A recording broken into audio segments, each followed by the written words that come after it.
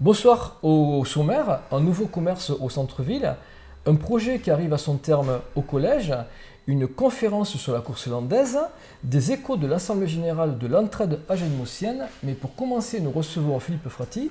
Bonsoir Philippe. Bonsoir Pascal. Donc de Doggy Run 40. Oui, c'est ça, tout à fait. De l'association Doggy Run 40 qui va nous parler d'une nouvelle manifestation. Oui, en fait, c'est pas une nouvelle, c'est le deuxième événement, c'est la deuxième édition donc, du canitrail de la Dame de Brassampouille qui va se dérouler donc, le dimanche 7 avril.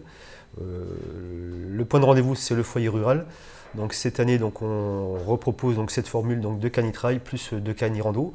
Un parcours qui a été plus ou moins modelé, donc retravaillé, donc avec d'autres variantes très techniques. Hein, je reconnais qu'il est assez technique. Un parcours complètement naturel, hein, puisqu'on va évoluer en gros donc à 90% sur du sentier, sous-bois, forêt. Passage naturel, on a préservé donc, le côté nature en laissant donc, la végétation, donc les arbres qui peuvent éventuellement servir de franchissement d'obstacles, entre guillemets.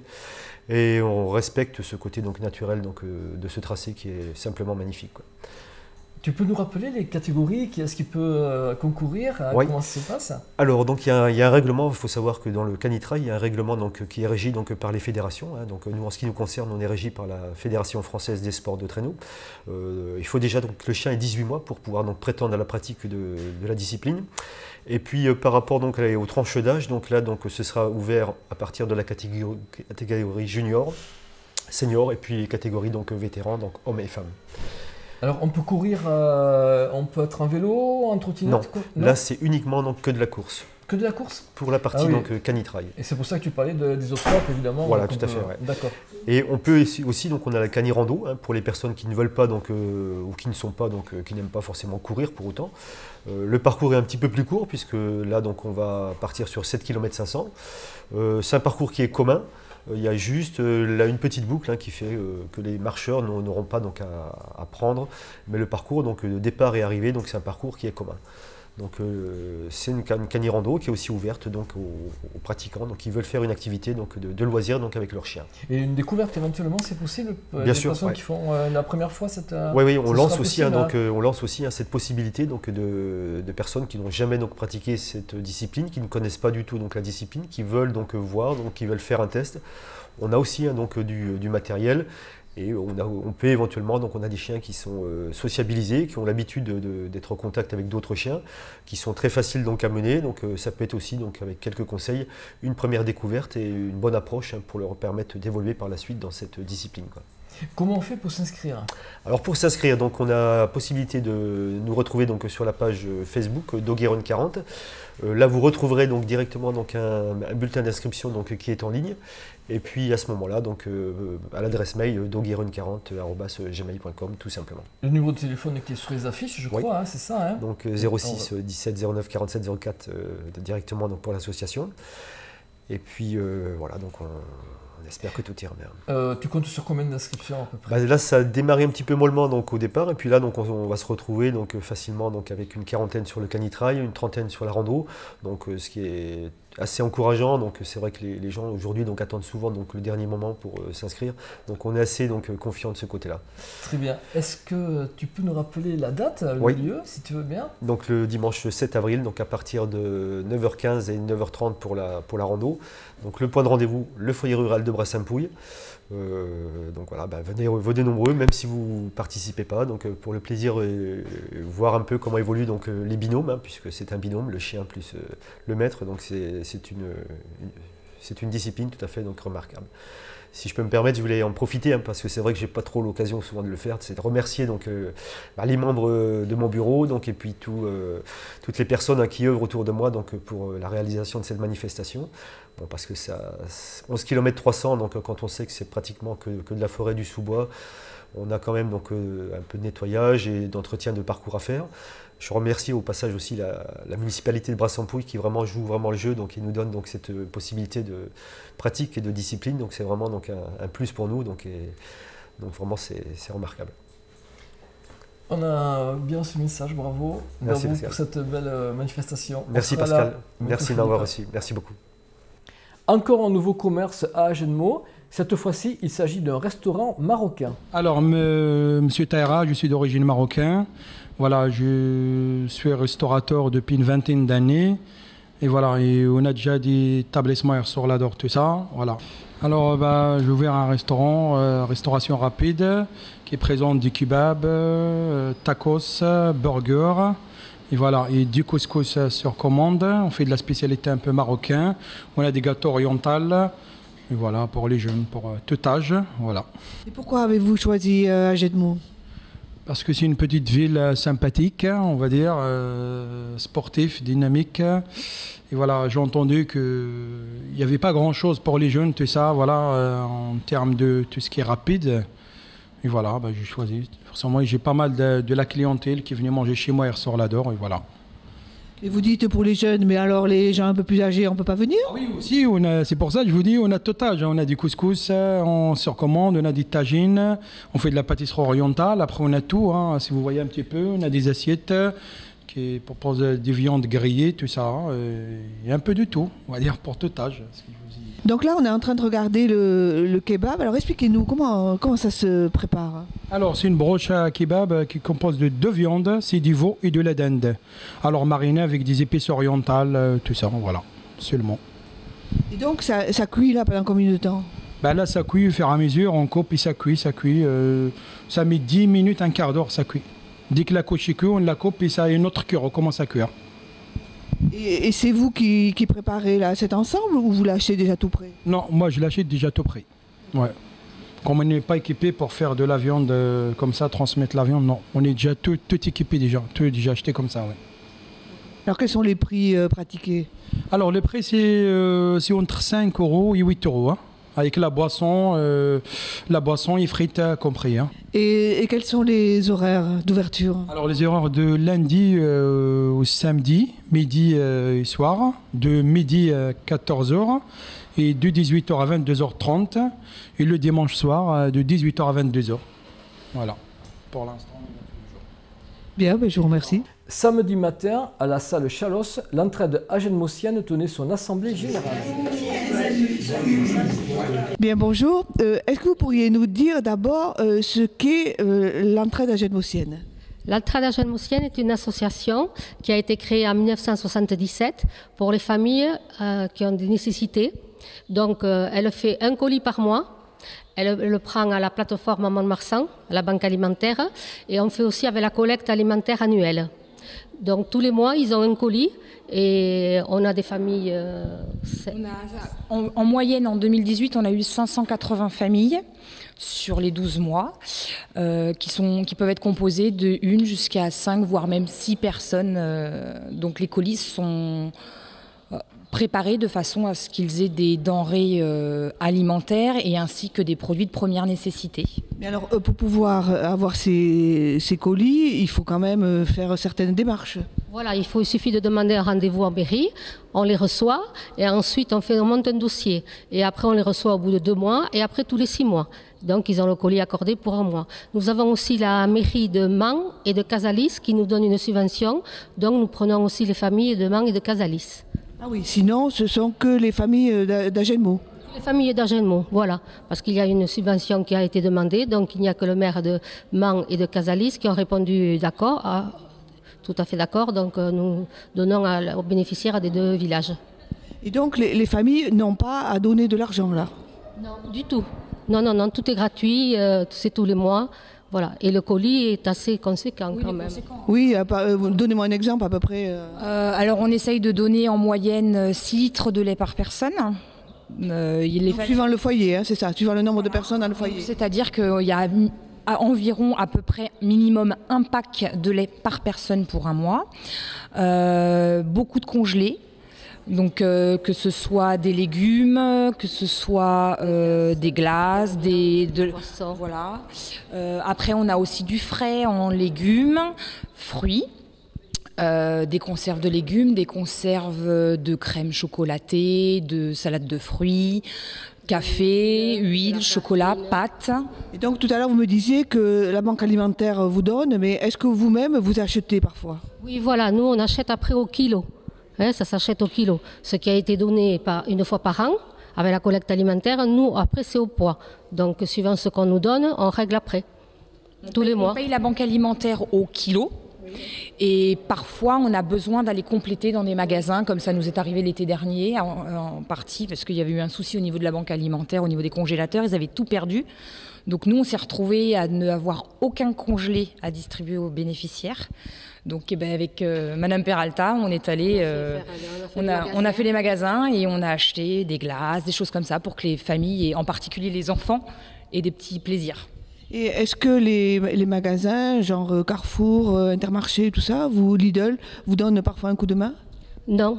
Non, non, non, non. Nous le faisons tout seul. Notre association tourne toute seule. Nous avons des bénévoles.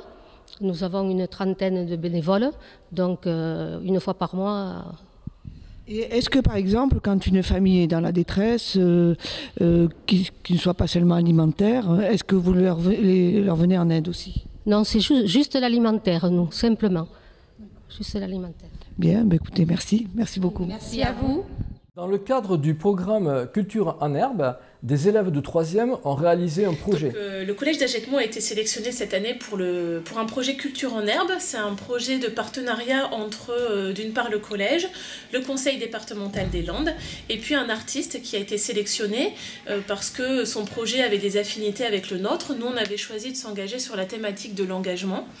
Et c'est le chanteur, auteur, compositeur, interprète Magja qui a été sélectionné et qui est entré en relation avec nous pour monter ce projet tout au long de l'année.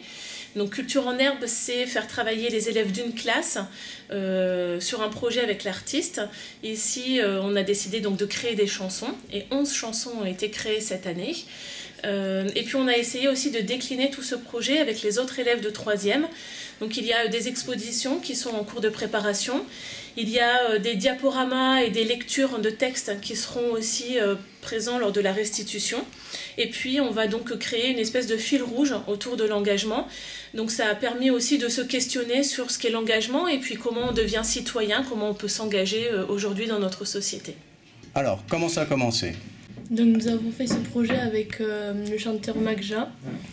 Au début, on a été chercher des informations dans des livres au CDI. Et avec ces informations, on en a pris plusieurs. Et on a fait le titre d'abord des chansons. Donc le thème ? Oui. C'est quoi le thème des chansons ? L'engagement. Il y en a, c'est sur la guerre. D'autres, c'est sur... le racisme, l'homophobie. Et des sujets un peu tabous comme ça, les SDF, des choses comme ça. Et il va y avoir combien de chansons en tout ? 11. Alors c'était assez simple de commencer à parler, à ouvrir le sujet de l'engagement. On a chacun cherché à trouver un sujet qui nous plaisait et sur lequel on voulait vraiment travailler le sujet. Et qu'est-ce que tu as choisi ? Moi, j'ai choisi avec Noir et Bleu, on a choisi le sujet de la guerre au sujet d'Hitler. Tout ce qu'il a mal fait et les dégâts que ça a causé pour la suite de la vie. Et comment ça s'articule alors avec la musique ?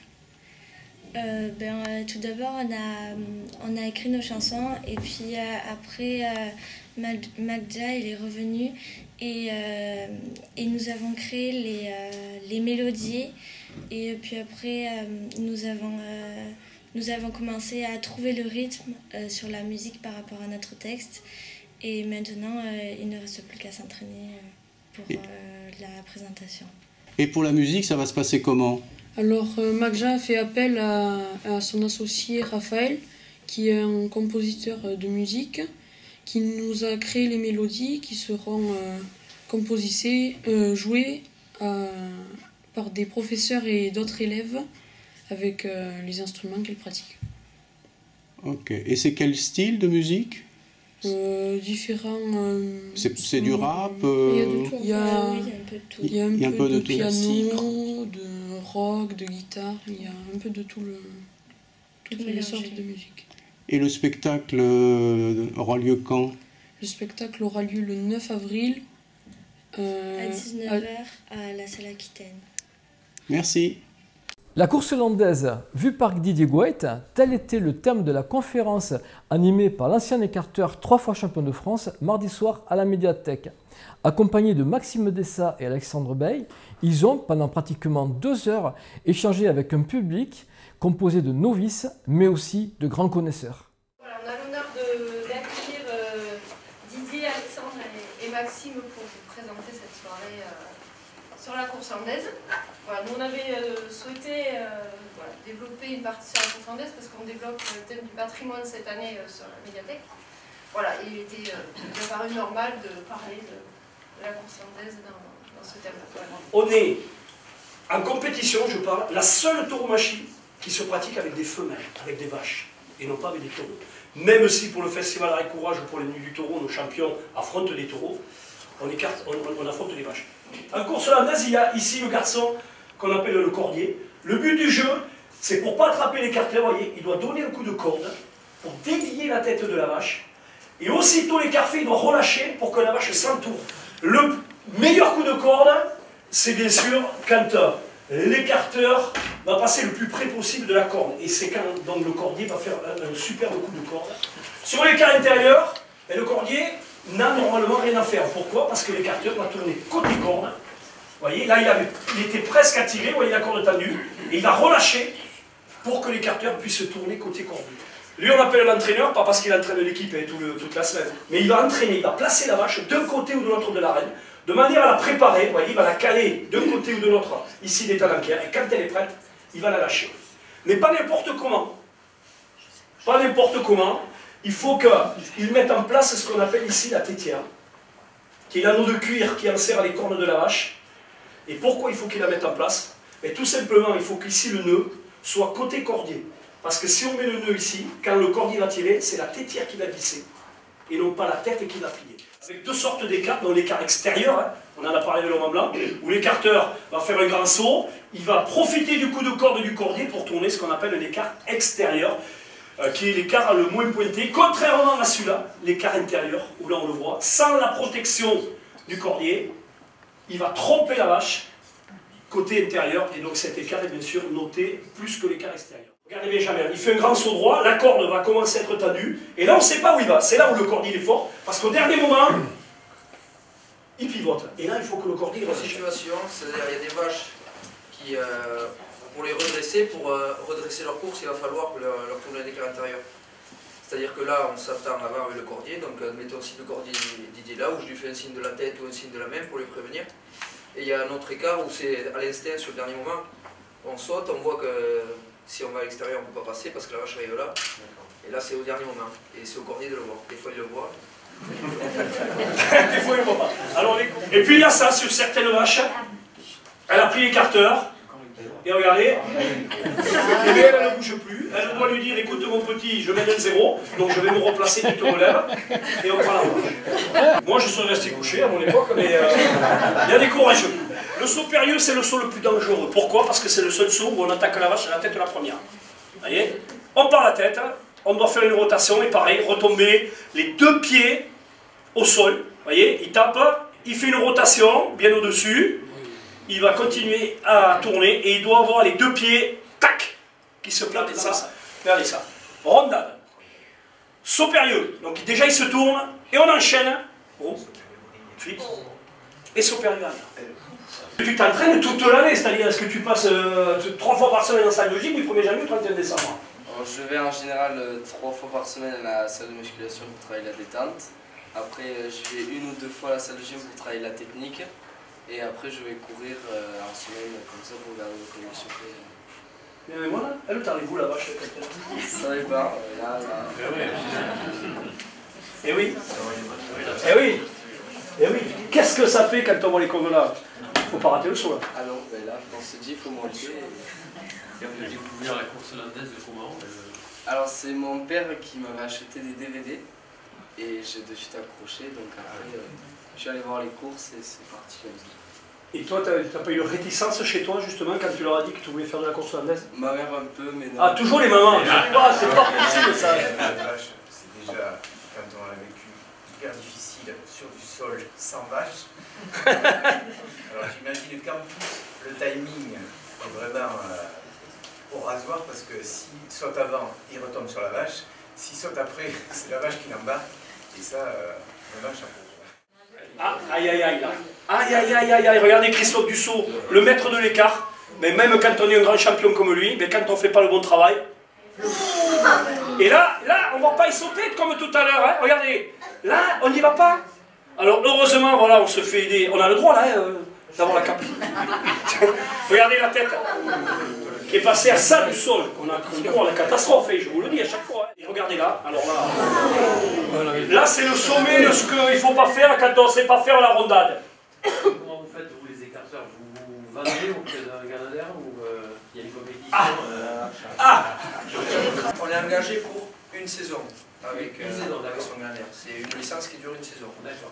Et après, bon, suivant la saison que tu as fait, si tu as fait une bonne saison, il arrive que d'autres Canadaires te contactent.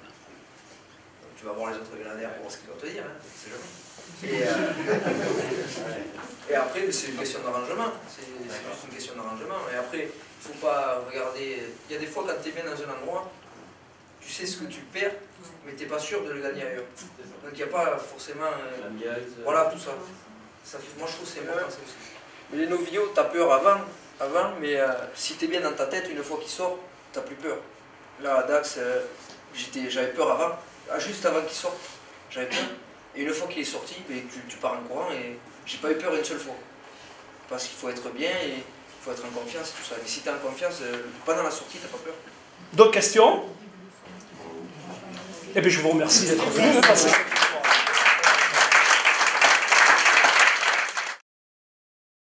Sacré challenge samedi soir pour le HDC qui recevait Castelnau-Médoc.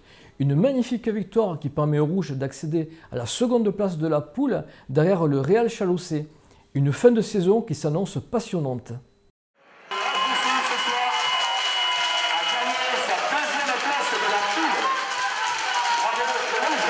Nicolas, celle-là c'est presque la plus belle de toutes, non? Ouais, celle-là elle est vraiment bonne parce qu'elle a été dure à se dessiner. C'était un tout autre match que la semaine dernière. Au niveau de la densité physique, ils nous ont embêtés, ils ont imposé leur rythme sur la première mi-temps.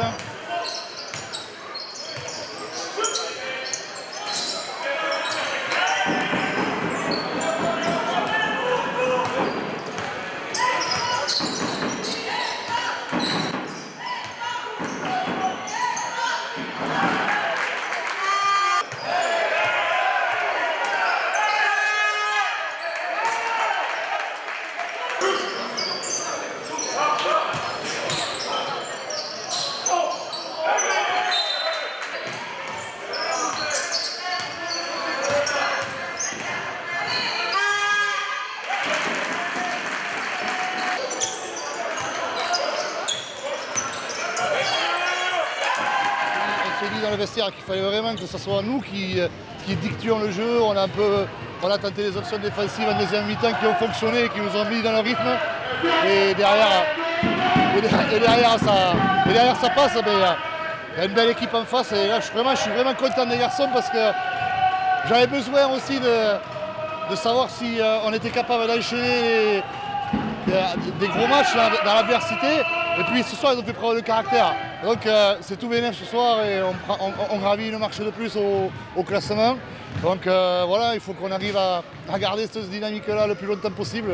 On a des échéances super intéressantes sur cette fin de saison. Donc voilà, il va falloir garder le groupe sous tension pendant un mois maintenant. On a deux matchs contre... on a Cerro-Gatien la semaine prochaine. Et c'est le match piège par excellence parce qu'on sort de deux bonnes perfs et on va aller là-bas en se disant qu'on va gagner sans jouer. Donc il va falloir garder tout le monde concentré et ça va être, je pense, le boulot de la semaine. Mais vraiment, bravo garçon, c'était chouette, le public a suivi du coup parce que c'est des matchs comme ça qu'on aime jouer et que les gens aiment venir voir. Donc il y a encore une belle soirée, donc profitons-en.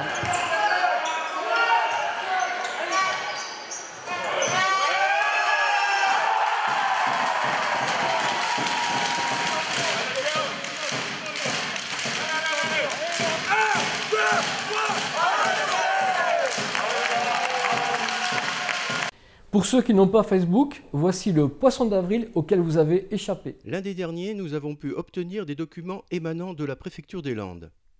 Comme l'a signalé la presse, depuis que les radars ont été détruits par les Gilets jaunes, la mortalité aurait augmenté de 3,9% sur les routes. C'est pourquoi, en réaction, les pouvoirs publics ont décidé d'installer plus de radars sur le bord des routes. Pour Agetmo, il serait question de 3 nouveaux appareils. Il y en aurait un sur la route venant de Samadé, un autre sur la route venant de Doazit et le dernier sur la rocade au niveau du pont du Gois. Ces simulations nous ont été fournies par la préfecture. Ce journal est maintenant terminé. Merci beaucoup de votre attention. N'hésitez pas à partager beaucoup. À la semaine prochaine.